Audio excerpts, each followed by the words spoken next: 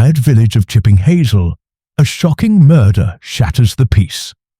A woman lies dead in Daffodil Lane, her throat bruised, her shoes painted a chilling scarlet.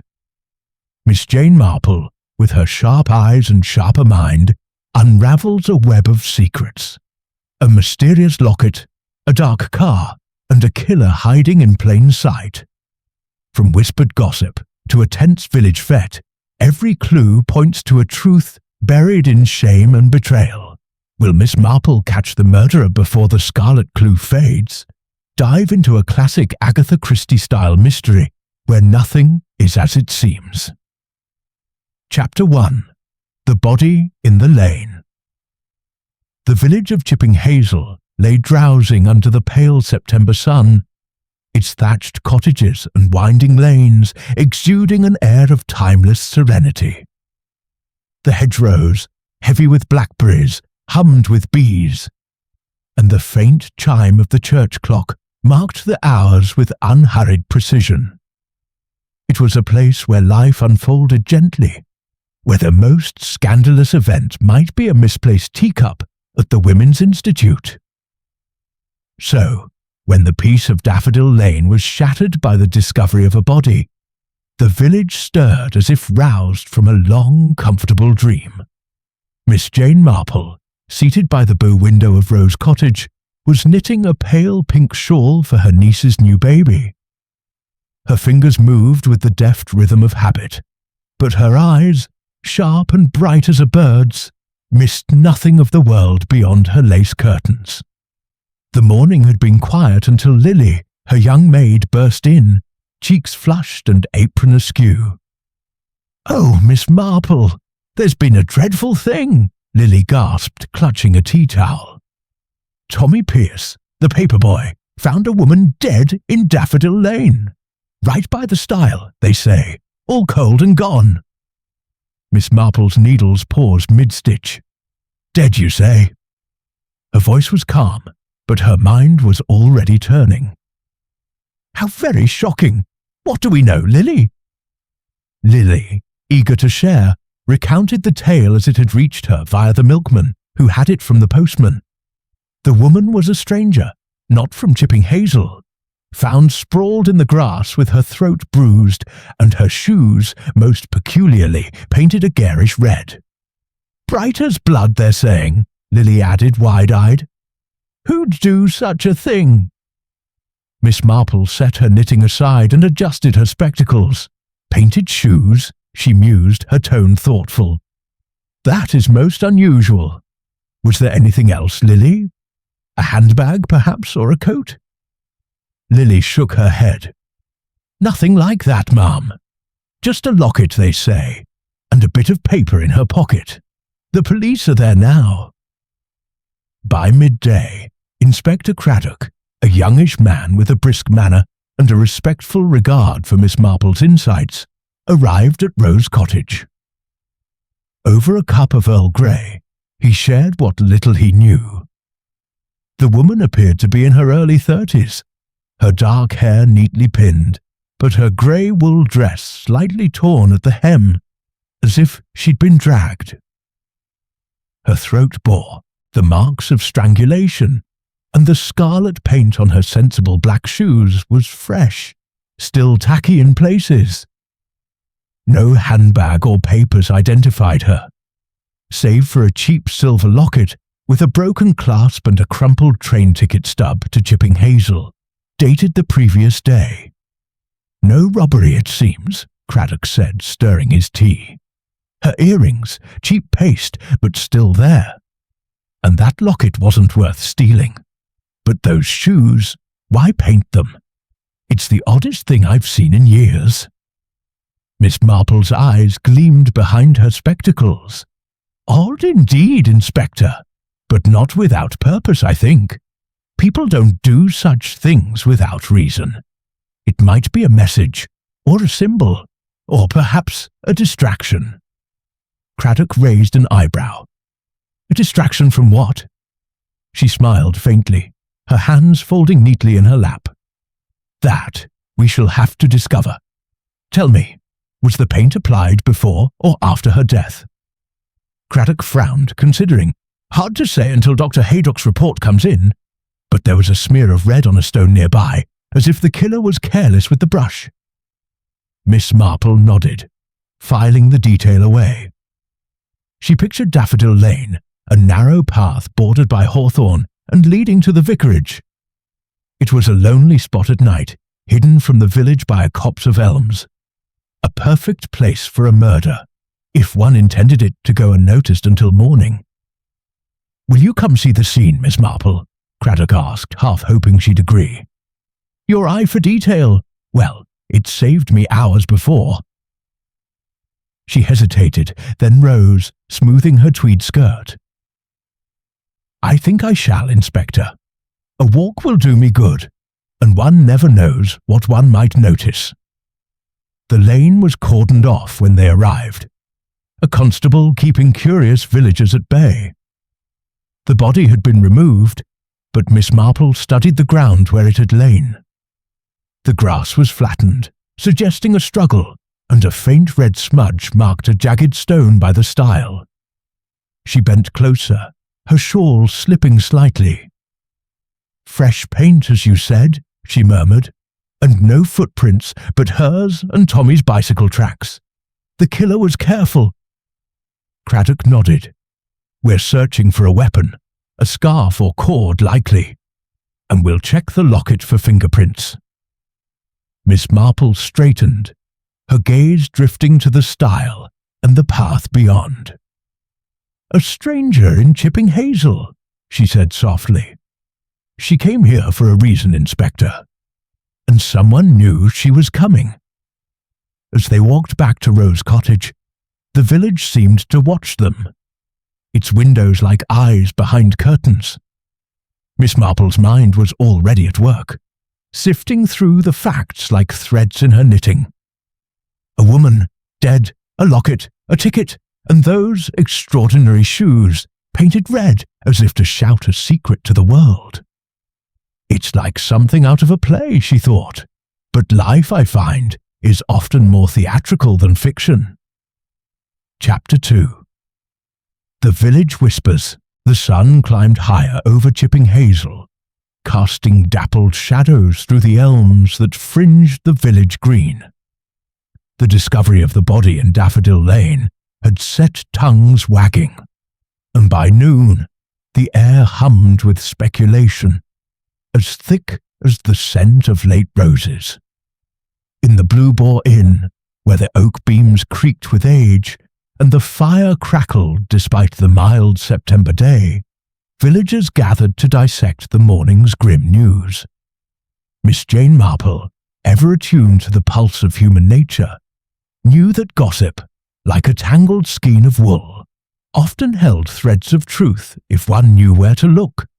She sat at her usual table by the inn's leaded window, a pot of tea and a plate of scones before her, courtesy of Mrs. Bantry, who had insisted on meeting to discuss the dreadful business.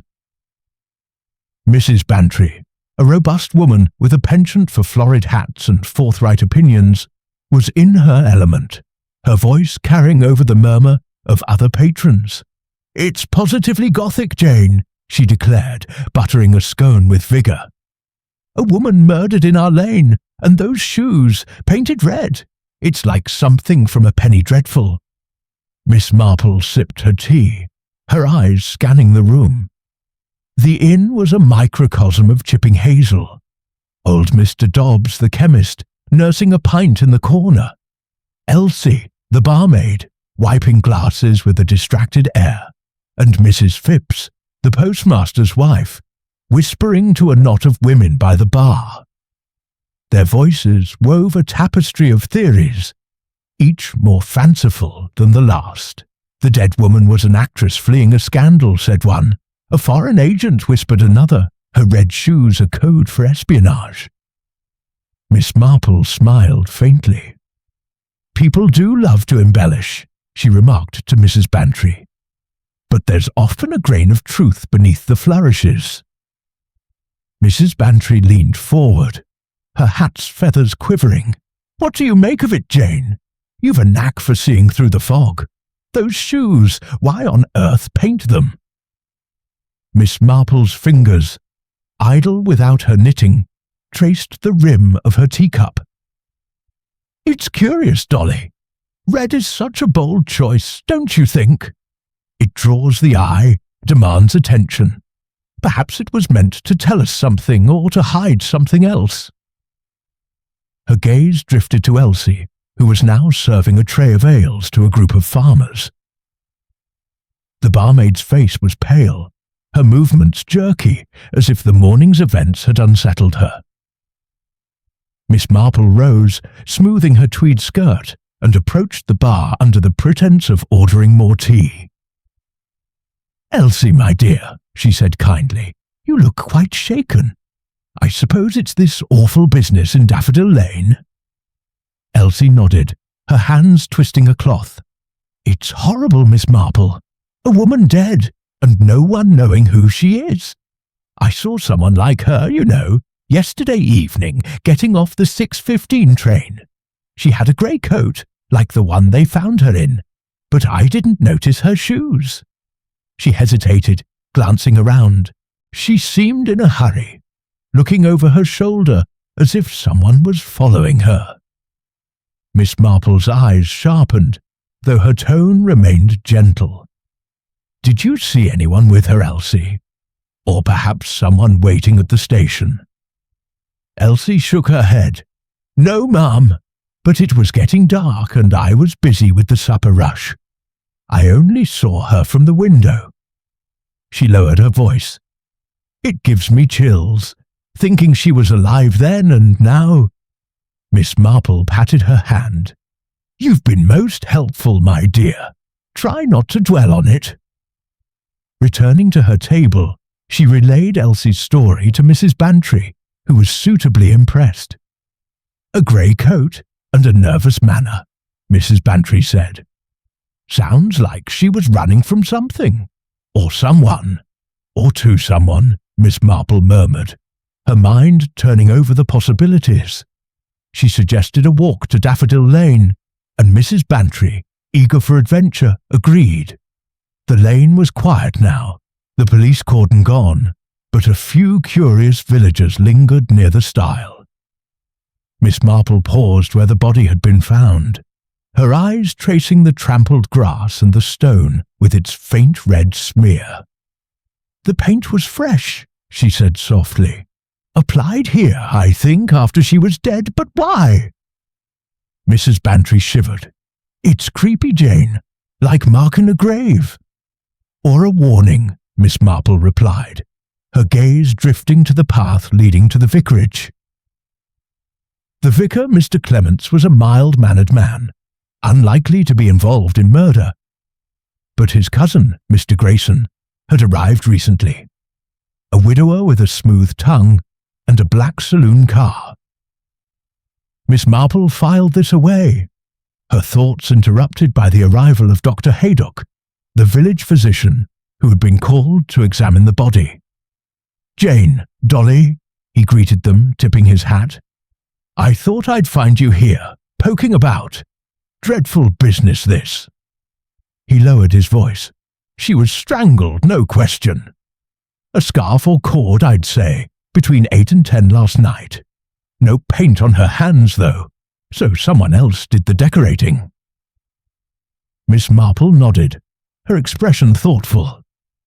"No paint on her hands," she repeated. "That's important, Doctor. And the locket, did you see it?" Haydock frowned. "Cheap thing, broken clasp. Had a photograph inside, a man and a child. The police have it now." "A man and a child," Miss Marple echoed, her mind conjuring an image. "How very interesting."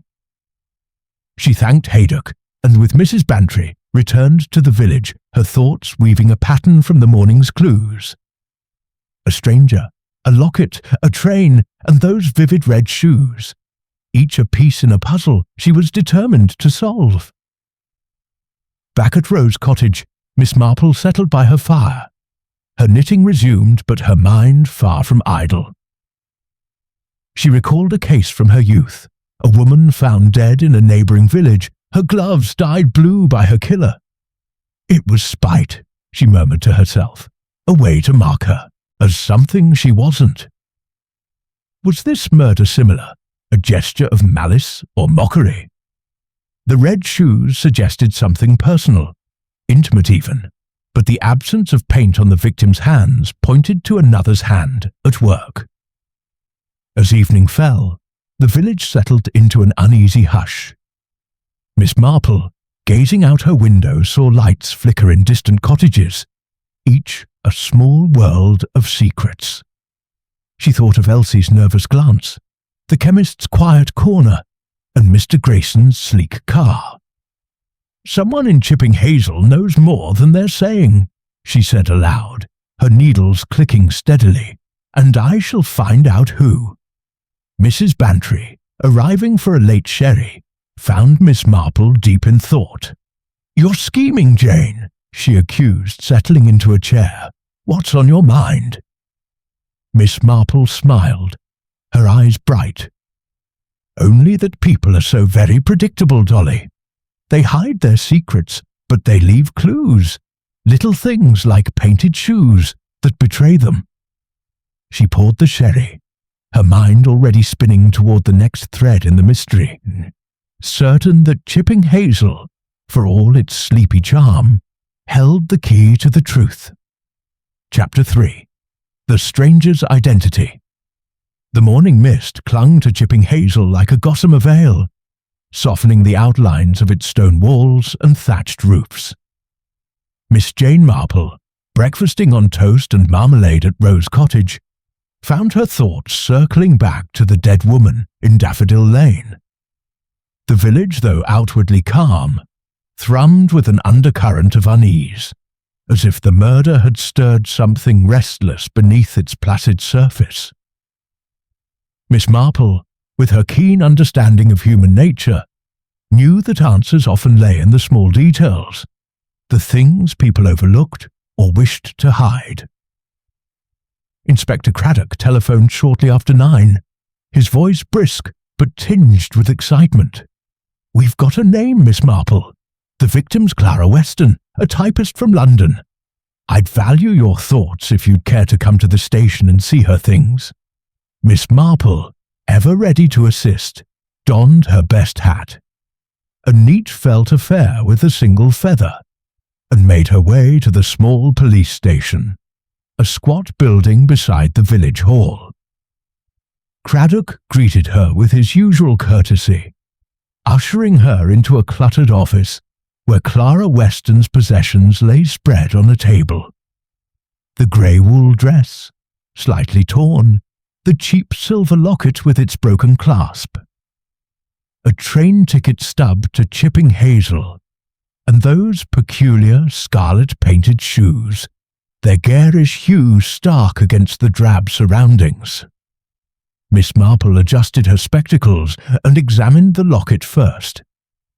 It was heart-shaped, worn smooth by years of handling, and inside was a faded photograph of a man, perhaps 50, with stern features and a small girl, no older than 6, clutching his hand.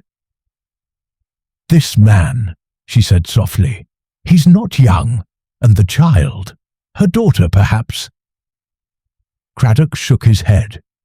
"No, children, according to her landlady in London. Clara lived alone, kept to herself. The landlady said she had a gentleman caller, though. Came every other week, always in the evening. She never saw his face clearly, but he drove a dark car." Miss Marple's eyes flickered with interest. "A dark car, you say? That's worth noting." She turned to the ticket stub, dated the previous day, and then to the shoes. The paint was uneven, applied in hasty strokes, and a faint chemical scent lingered. "No handbag?" she asked. "None found," Craddock replied. "Odd, isn't it? Most women carry one. We're thinking the killer took it, or she didn't bring one."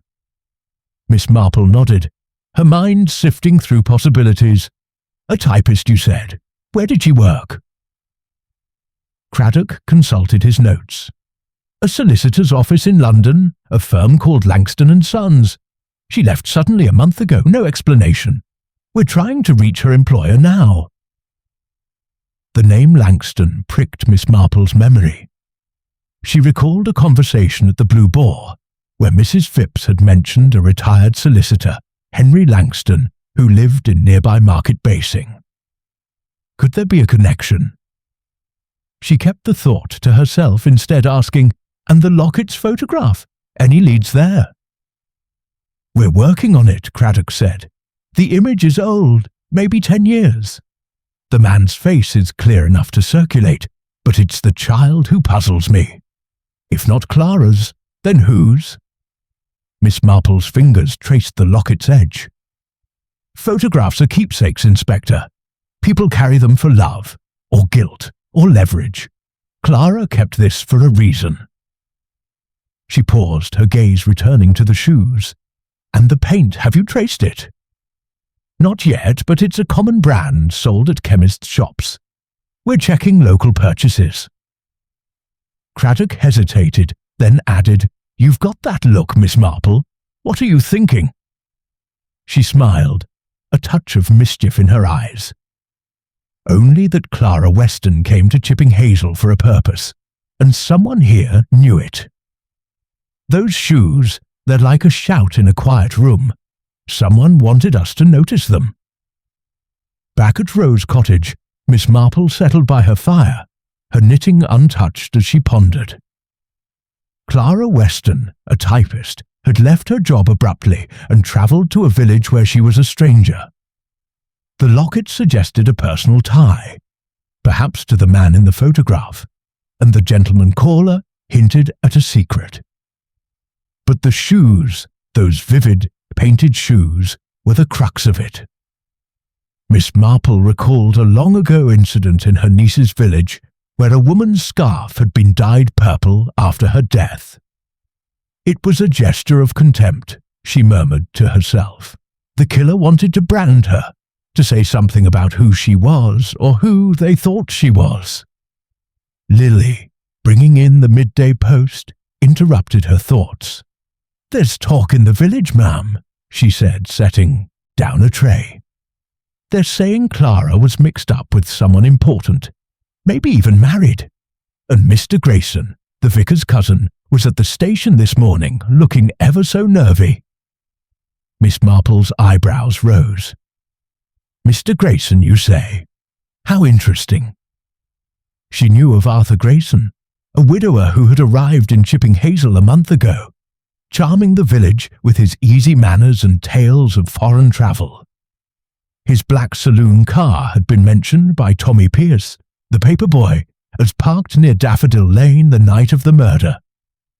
Coincidence, perhaps, but Miss Marple distrusted coincidences. That afternoon she called on Mrs. Bantry, who was pruning her roses with more enthusiasm than skill. Over tea in the garden, Miss Marple shared the morning's findings. "Clara Weston was no ordinary typist," she said. "She came here with a purpose, and I suspect it was tied to that locket, or the man in it." Mrs. Bantry, her hands dusted with earth, was agog. "You think she was blackmailing someone? That's why she was killed?" "It's possible," Miss Marple replied, her voice mild.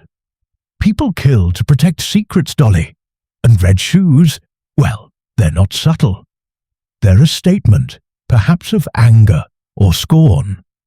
As the sun dipped low, casting long shadows across the garden, Miss Marple's mind returned to the locket. The man and the child, the gentleman caller, the dark car, all threads in a tapestry she was beginning to weave. She thought of Mr. Grayson's nervous demeanour, of Henry Langston's name, and of Elsie's glimpse of a woman in a grey coat hurrying from the train. "Someone in Chipping Hazel knows more than they've told," she said softly, almost to herself, "and I shall find out who." Mrs. Bantry, catching the glint in her friend's eye, chuckled. "You're like a terrier with a bone, Jane. Poor Craddock doesn't know what he's in for." Miss Marple smiled, folding her hands. "Oh, I think he does, Dolly. And I think before long we shall know exactly what Clara Weston was doing in Chipping Hazel, and why someone painted her shoes red." Chapter 4. The Man in the Photograph. The air in Chipping Hazel carried the crisp edge of autumn, and the village, though still abuzz with talk of the murder, had begun to settle into its familiar rhythms. Miss Jane Marple, however, found no rest in routine. Her mind, sharp as the needles that clicked in her hands, was preoccupied with Clara Weston's death and the curious details that surrounded it. The locket, the train ticket, and those startling red shoes. Each was a piece of a puzzle, and she was determined to see the pattern whole. Inspector Craddock's investigation had gained momentum. By mid-morning, he sent word to Rose Cottage, inviting Miss Marple to join him in Market Basing, where Henry Langston, the retired solicitor whose name had surfaced in connection with Clara's employment, lived in a handsome Georgian house. "He's agreed to talk," Craddock said over the telephone, his voice taut with anticipation. "And I'd wager you'll spot something I miss." Miss Marple, never one to refuse a chance to observe human nature, arrived at Langston's home by noon, her neat black handbag clutched in one gloved hand. The house, with its ivy-clad walls and polished brass knocker, spoke of quiet wealth, but the atmosphere within was less serene. Henry Langston, a tall man with a lined face and thinning grey hair, greeted them in a study lined with leather-bound books. His manner was courteous but guarded, his eyes flickering as Craddock explained their purpose. "You knew Clara Weston," Craddock began, producing the locket from an evidence envelope. "She worked for your firm, Langston & Sons, until a month ago. This was found on her body. Care to explain?" Langston's fingers tightened on the arm of his chair, but his voice remained steady. "Yes, I knew her. She was a typist, efficient enough, typed my memoirs for a time. Family history, legal anecdotes, that sort of thing. She left suddenly, said she'd found better work. I thought no more of it." Miss Marple, seated quietly by a window, noted the faint tremor in his hands. She opened the locket, revealing the photograph of the stern-faced man and the child. "This is you, Mr. Langston, is it not?" she asked, her tone mild as milk. Langston's eyes widened, then narrowed. "It might be. The photograph's old, the image blurred. I can't be sure." He leaned back, crossing his arms. "I gave Clara no such keepsake, if that's what you're implying." Craddock pressed further. "Her landlady mentioned a gentleman caller, visiting regularly in a dark car. That wouldn't be you, would it?" Langston's face flushed. "Certainly not. I'm a married man, Inspector, and I don't make a habit of clandestine visits to typists." His indignation seemed genuine, but Miss Marple's gaze lingered on his hands, now clasped tightly in his lap. The interview was interrupted by the arrival of Margaret Langston, Henry's wife, a thin woman with sharp features and a voice like cut glass. "What's this about Clara Weston?" she demanded, her eyes darting between Craddock and her husband. "That girl was nothing but trouble, always telephoning Henry, asking for money. I told him to sack her months ago." Miss Marple's eyebrows rose slightly. "Money, Mrs. Langston? For what purpose?" Margaret's lips pursed. "How should I know? She was sly, that one. Always hinting she knew things about the firm, about clients. I wouldn't be surprised if she was blackmailing someone." She cast a pointed look at her husband, who stared fixedly at the floor. Craddock made a note, then turned to Langston. "Did Clara ever mention a child? The girl in the photograph, perhaps?" Langston shook his head. "Never.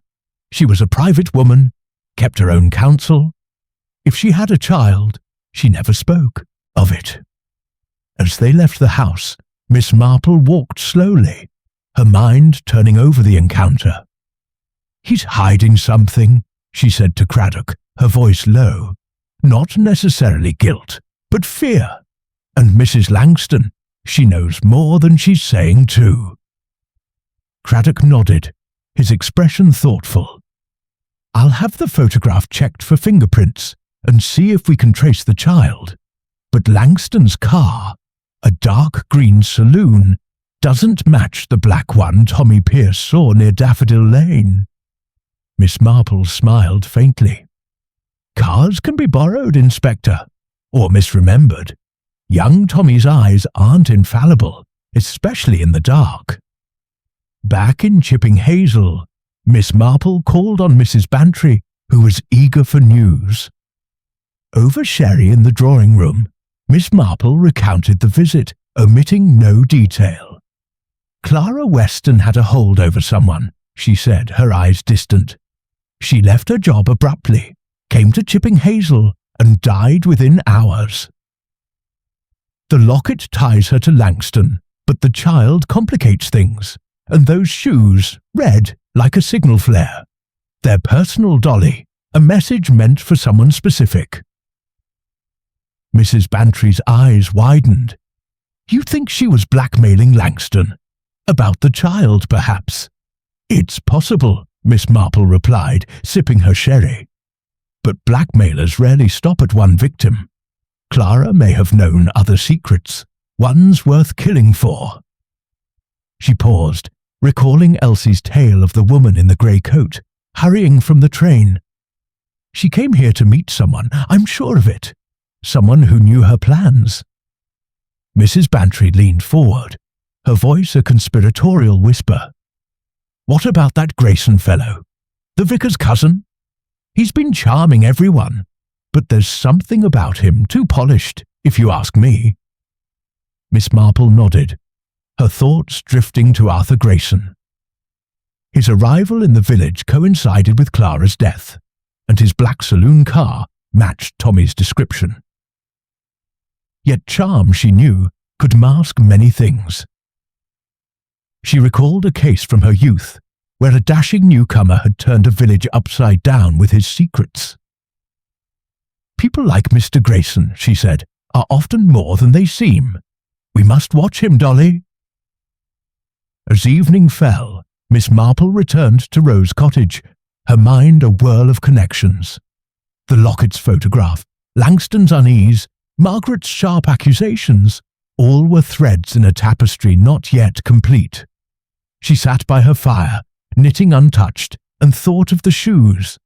Red, bold, deliberate.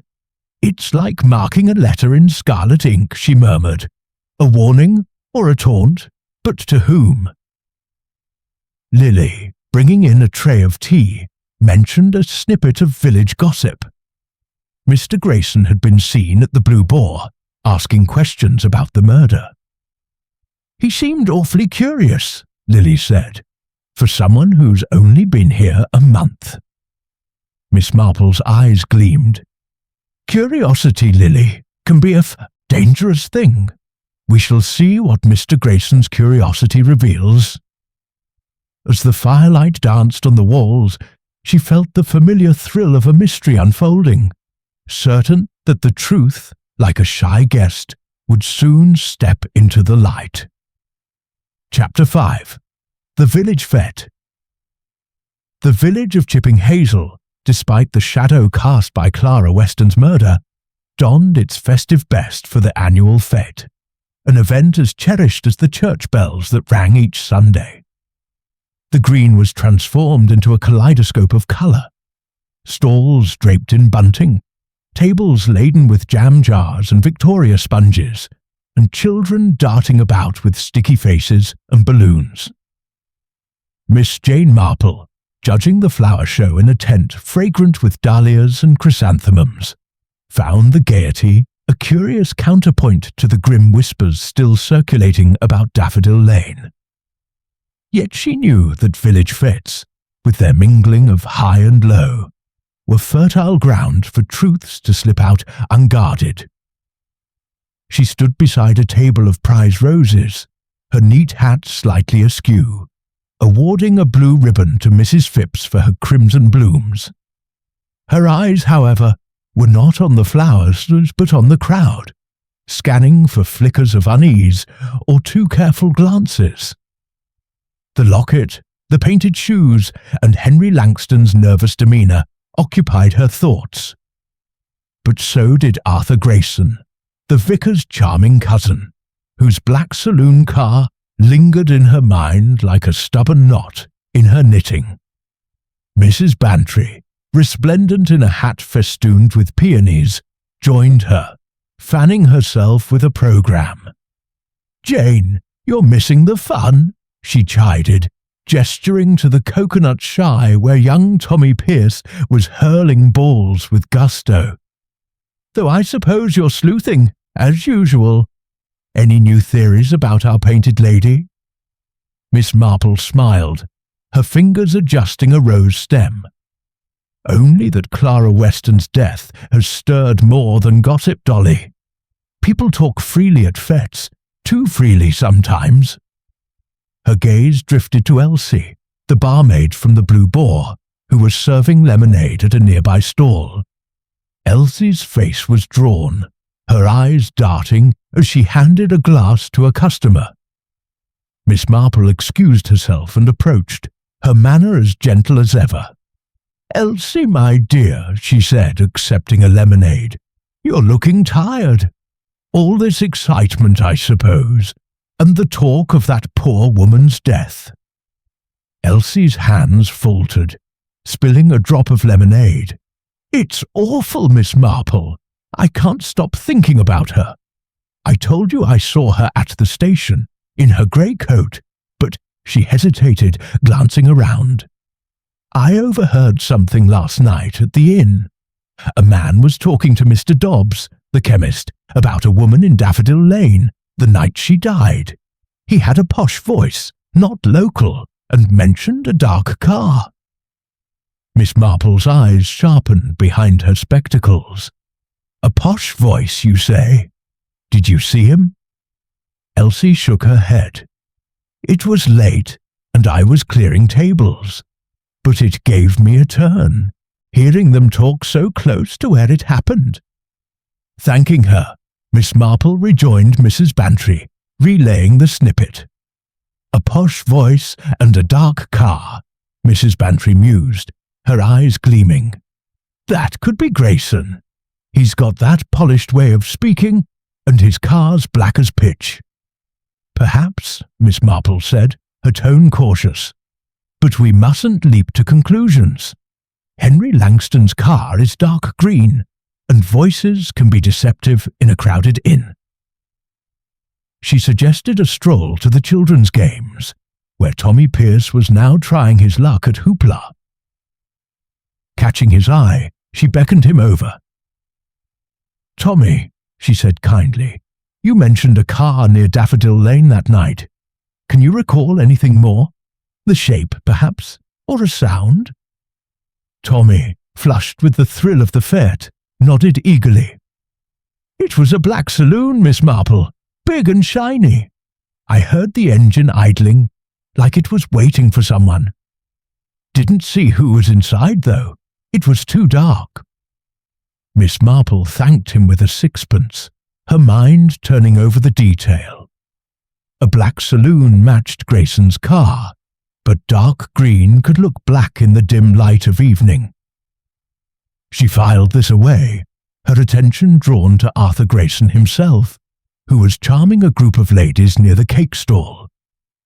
His laughter rang out, but Miss Marple noticed his eyes, restless and quick, scanning the crowd. When Mrs. Phipps mentioned Clara Weston's name in passing, his smile faltered, his hand tightening on his teacup. "He's nervous," Miss Marple murmured to Mrs. Bantry. "Not as at ease as he'd like us to think."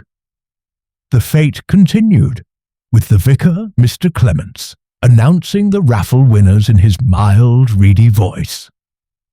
Miss Marple, however, was distracted by a memory from her youth. A village fete where a stranger's death had unravelled a web of jealousy and secrets. "People reveal themselves at gatherings," she said softly. "They let their guard down, or try too hard to keep it up." As the afternoon waned, she and Mrs. Bantry sat on a bench, watching the crowd thin. Miss Marple's thoughts returned to the locket and its photograph. "Clara Weston knew someone's secret," she said. "The child in the photograph isn't hers, but it's important. And the shoes, red like a taunt. They're meant to tell us something, Dolly, or to tell someone else." Mrs. Bantry, nibbling a scone, leaned closer. "You think it's personal, don't you? Not just a random killing." "Oh, very personal," Miss Marple replied, her eyes distant. "Murder often is. Clara came to Chipping Hazel to meet someone, and that someone didn't want her here. The shoes are a clue to their motive, anger perhaps, or shame." The conversation was interrupted by Dr. Haydock, who joined them with a weary smile. "You're plotting, Jane," he said, settling beside them. "I've just spoken to Craddock. They're checking the paint on those shoes, common stuff, sold everywhere, but they're hoping for a lead." Miss Marple nodded, her mind already elsewhere. "And the locket, Doctor? Any news on the photograph?" "Nothing yet," Haydock said, "but Craddock's sending it to London for analysis. The child's the key, I reckon, or the man." As the fete wound down, Miss Marple watched Grayson slip away, his gait brisk as he headed toward the vicarage. She thought of Elsie's overheard conversation, Tommy's idling car, and Langston's trembling hands. "Someone saw Clara that night," she said to Mrs. Bantry, her voice soft but certain. "And someone made sure she'd never speak of what she knew. We're getting closer, Dolly, but the truth is still just out of reach." The sun dipped below the horizon, casting Chipping Hazel in a golden glow. Miss Marple, walking home with Mrs. Bantry, felt the familiar stir of a mystery taking shape. The fate had given her new threads to weave. Grayson's unease, Elsie's whispered clue, the shadow of a dark car. As she reached Rose Cottage, she paused, glancing toward Daffodil Lane. "It's all there," she murmured, waiting for us to see it clearly. Chapter 6. The Scarlet Clue. The days following the Chipping Hazel fete brought a chill to the air, as if the village itself sensed the tightening net of suspicion around Clara Weston's murder. Miss Jane Marple, seated by her fire at Rose Cottage, her knitting a soft rhythm in her hands, pondered the threads of the case. The locket's photograph, the dark car, and those vivid red shoes, which seemed to mock the quiet order of the village.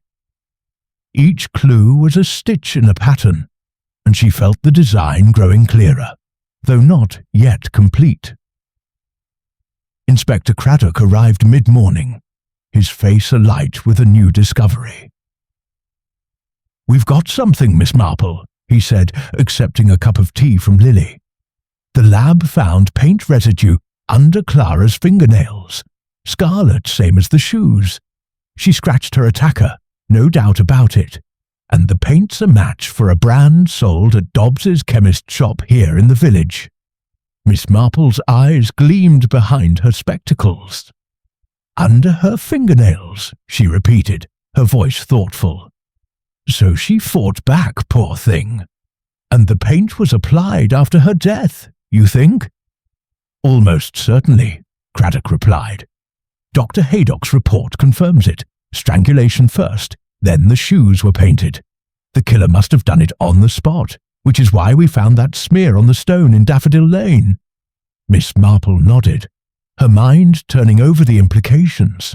A bold act, Inspector, to linger and paint her shoes. It suggests confidence or desperation. She paused, then added, "What did Mr. Dobbs say about the paint?" Craddock flipped open his notebook. "He sold a tin of scarlet enamel 2 days before the murder. to a young man he didn't recognize. Well-dressed, nervous, paid in cash. Dobbs said he seemed in Sheeptown. A hurry, kept looking out the window. A stranger? Miss Marple asked, though her tone suggested she already had her doubts. Possibly, Craddock said, but Dobbs wasn't sure. He's getting on, and his memory's not what it was. I asked if it could have been Arthur Grayson, the vicar's cousin, but Dobbs couldn't swear to it. Said Grayson bought turpentine last week, though, not paint. Miss Marple's fingers paused on her knitting. Turpentine, she murmured. To clean paint from hands, perhaps? Or brushes? She set her needles aside and rose. I think, Inspector, we should pay Mr. Dobbs a visit. Chemists see more of village life than most. The chemist's shop, a narrow establishment with jars of powders and bottles of tonic lining its shelves, smelled of carbolic and lavender. Mr. Dobbs, a stooped man with wire-rimmed glasses, greeted them with a wary nod. More questions about that paint, Inspector? He asked, wiping his hands on his apron. Just a few, Craddock said. Can you recall anything more about the man who bought the scarlet enamel? His voice, perhaps, or his manner? Dobbs frowned, his brow creasing. He spoke softly, like he didn't want to be overheard. Had a city accent, I'd say, not local. Wore a good coat, dark, and a hat pulled low. I didn't get a clear look at his face. Miss Marple, browsing a display of cough lozenges, interjected gently. And Mr. Grayson's turpentine, Mr. Dobbs? When exactly did he buy it? Dobbs scratched his chin. Let's see, Tuesday last, I think. Came in late, just before closing. Said he needed it for some cleaning job. Didn't think much of it. He's been in before. Always polite. Miss Marple thanked him, her mind noting the timeline. Tuesday was the day before Clara's arrival in Chipping Hazel. Turpentine could clean paint, but it could also be used for other purposes. She glanced at Craddock, who seemed to share her thought. Back at Rose Cottage, Miss Marple invited Craddock to stay for lunch. A simple affair of soup and bread. Over the meal, she probed further.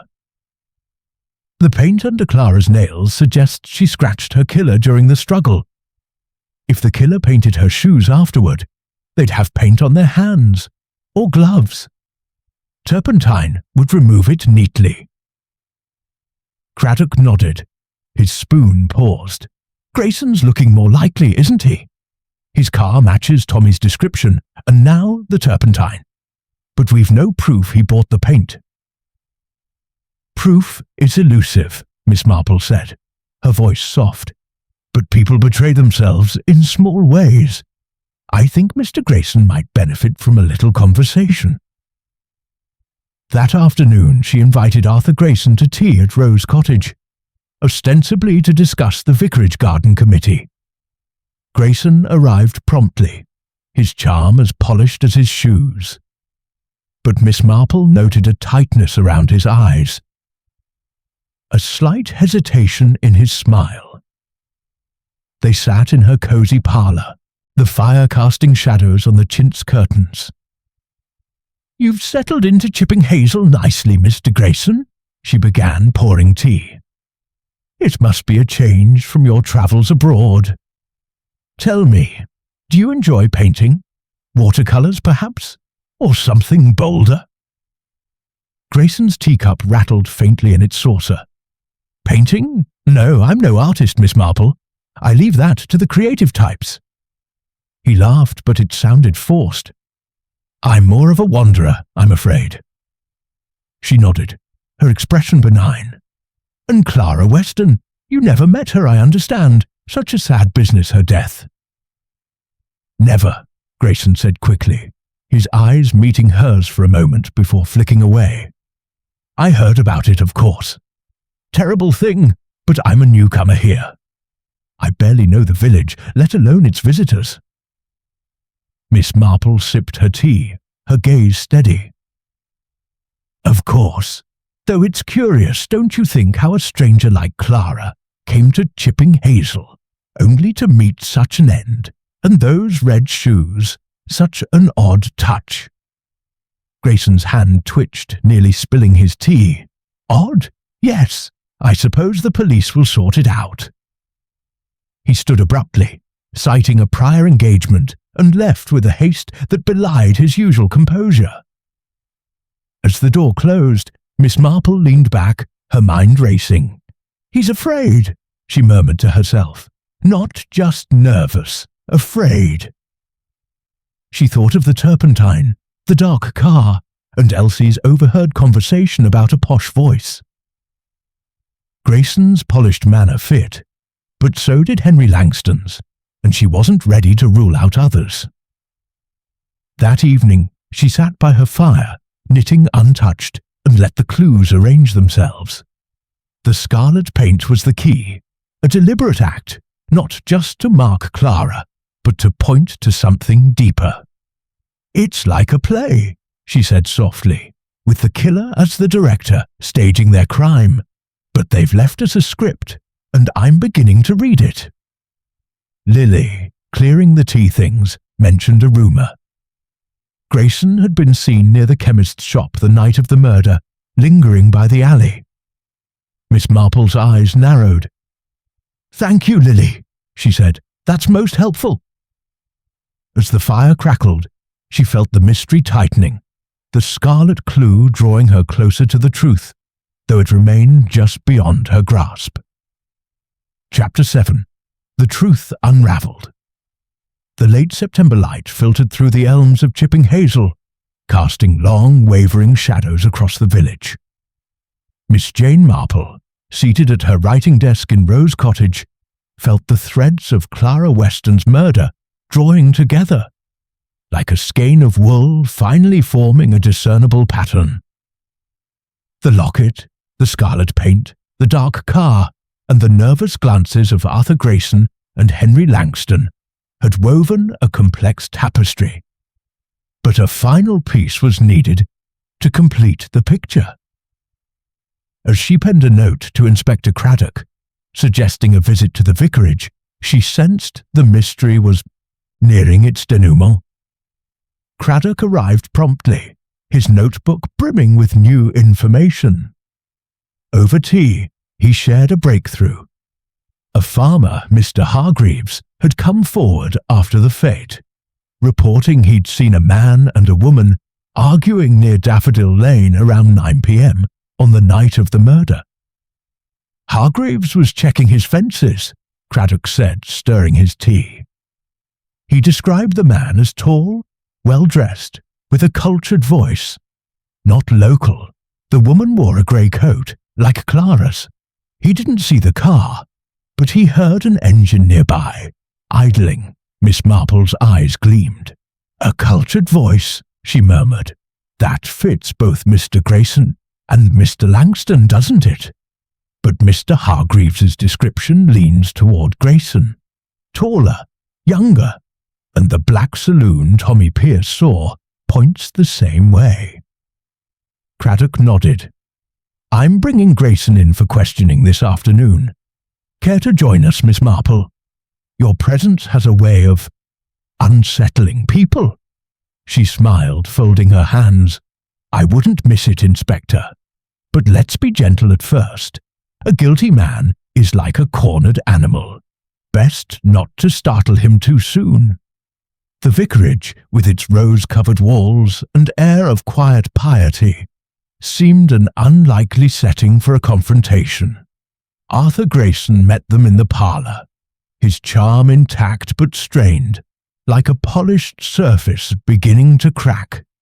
The vicar, Mr. Clements, hovered anxiously before excusing himself to tend to parish duties, leaving Miss Marple, Craddock, and Grayson alone with a tray of lukewarm tea. Craddock began, his tone measured.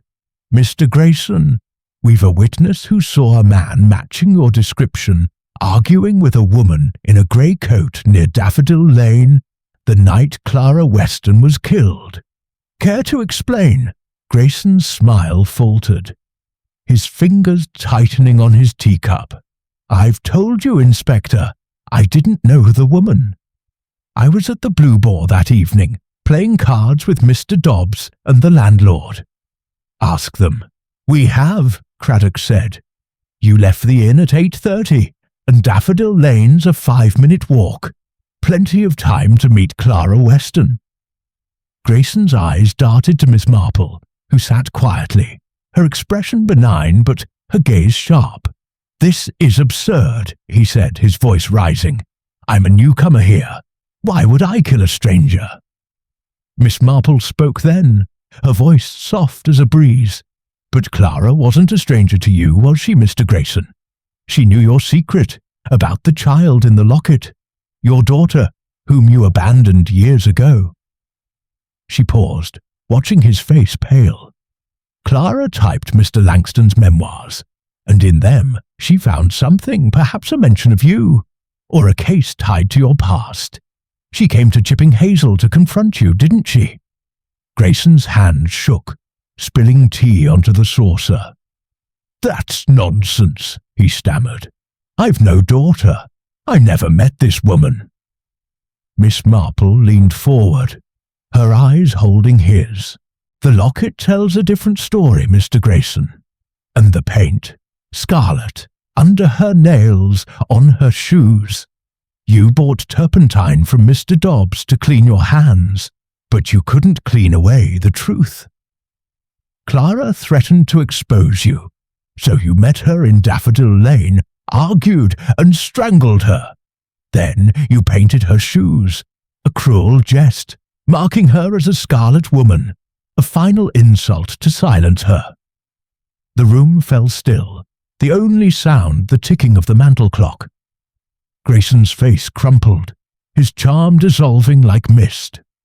"It wasn't planned," he whispered, his voice breaking. "She found out about my daughter, left with her mother in London years ago.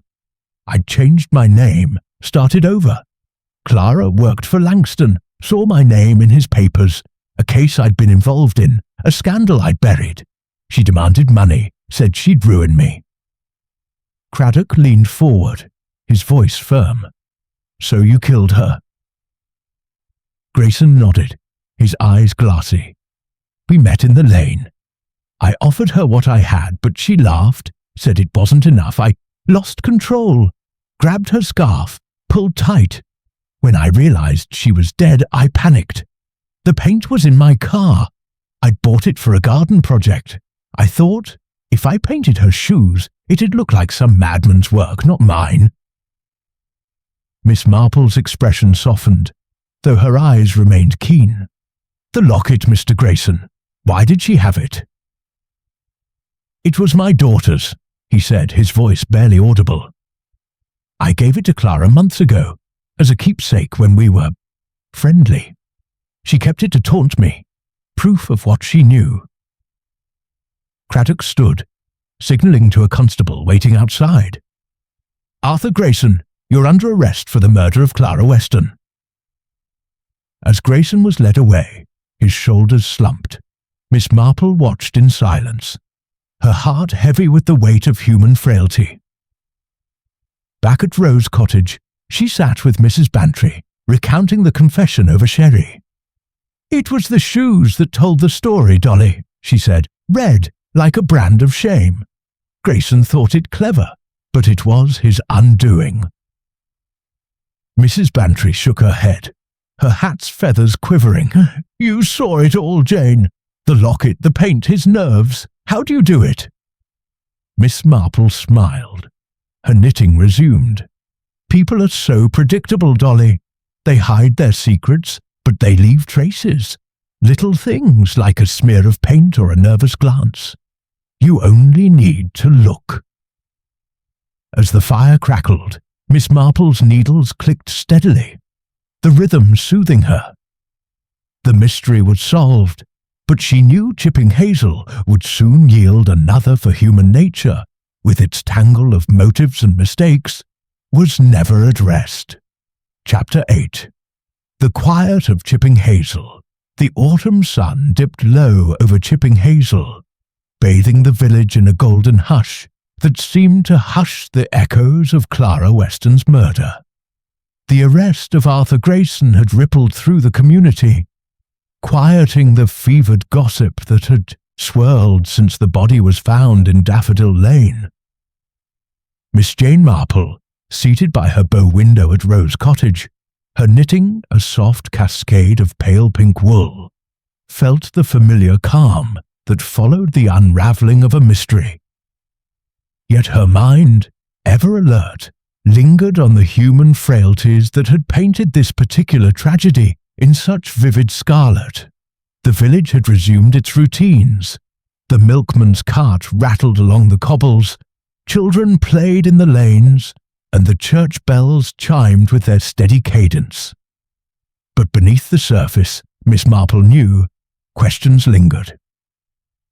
She had seen it before, how a single act of violence could leave a village subtly altered, like a tapestry with a thread pulled loose. Mrs. Bantry arrived for tea, her hat a confection of velvet and feathers, her eyes bright with curiosity. "Jane, you've done it again," she declared, settling into a chintz-covered chair. "Grayson's confession? My goodness, it's like something from a novel. But how did you know it was him truly? The shoes, the locket, how did it all fit?" Miss Marple poured the tea, her movements precise. "It was the shoes, Dolly, that spoke loudest," she said, her voice soft but clear. "Red, so bold and deliberate. They weren't just a whim. They were a message, a cruel flourish to mark Clara as something she wasn't. Arthur Grayson thought it clever, a way to mislead us, but it betrayed his anger, his need to shame her, even in death." Mrs. Bantry sipped her tea, her brow furrowed. "And the locket? That photograph of him and his daughter?" "A keepsake turned weapon," Miss Marple replied. "Clara held it as proof of his past, a scandal he'd fled, a daughter he'd abandoned. She used it to extort him, and he couldn't bear the threat of exposure. People kill for less, Dolly, when their secrets are at stake." The fire crackled, casting a warm glow across the parlour. Miss Marple's needles clicked rhythmically, a counterpoint to her thoughts. She recalled Grayson's confession, the panic, the rage, the hasty act of painting Clara's shoes to deflect suspicion. "He thought it theatrical," she said, almost to herself, "but human nature is rarely subtle. It leaves clues, like footprints in soft earth." Mrs. Bantry leaned forward, her voice a conspiratorial whisper. "What about Henry Langston? He was so nervous, and his wife, such a sharp tongue. Were they involved?" Miss Marple shook her head, her eyes twinkling. "Not in the murder, no. But Clara's work for Langston gave her access to his memoirs, where she found Grayson's secret. Langston's fear was of his own indiscretions, nothing criminal perhaps, but enough to make him uneasy. And Margaret Langston, well, jealousy makes people say more than they mean." A knock at the door heralded Inspector Craddock, his face weary but satisfied. He joined them, accepting a cup of tea with a grateful nod. "Grayson's been charged," he said, settling into a chair. "He's admitted everything. How Clara tracked him to Chipping Hazel, how she demanded more money than he could pay. The paint was his idea of a red herring, to make it look like a madman's work." Miss Marple nodded, unsurprised. "And the turpentine, Inspector, to clean his hands?" "Exactly," Craddock said. "We found traces of scarlet paint in his car, hidden under a seat. He thought he'd been thorough, but he missed that." He paused, a smile tugging at his lips. "You saw it all, Miss Marple. The locket, the paint, his nerves at the fete. I don't know how you do it." She smiled, folding her hands in her lap. "I only see what people are, Inspector. They tell their stories in the little things, their glances, their hesitations, the way they hold a teacup. Grayson's charm was a mask, but it slipped when he heard Clara's name. Craddock chuckled. "You're a marvel, Miss Marple. The Chief Constable's half convinced you should join the force." "Oh, I'm far too old for that," she said, her eyes twinkling. "Besides, I'm quite content here, watching Chipping Hazel and its small dramas." As Craddock left, Mrs. Bantry lingered, reluctant to let the mystery go. "Do you think Clara deserved it, Jane? Blackmailing Grayson like that?" Miss Marple's expression softened, a touch of sadness in her eyes. "No one deserves such an end, Dolly. Clara was greedy, perhaps, but greed is only human. And Grayson, he chose to kill rather than face his past. That's where the true tragedy lies." The evening settled over Chipping Hazel, the village lights flickering like stars against the dusk. Miss Marple stood at her window, gazing toward Daffodil Lane, now quiet and unremarkable once more. She thought of Clara Weston, a woman who had come seeking fortune and found death instead. The scarlet shoes, the locket, the idling car, all had pointed to Grayson, but it was human nature, with its tangle of fear and pride, that had woven the crime. She returned to her knitting, the needles resuming their steady rhythm. "Life is so very predictable," she murmured, "and yet so full of surprises." Chipping Hazel would heal, she knew, its surface calm restored. But Miss Marple, ever watchful, suspected another mystery would soon stir the village's quiet heart. For where there were people, there were secrets, waiting to be unravelled.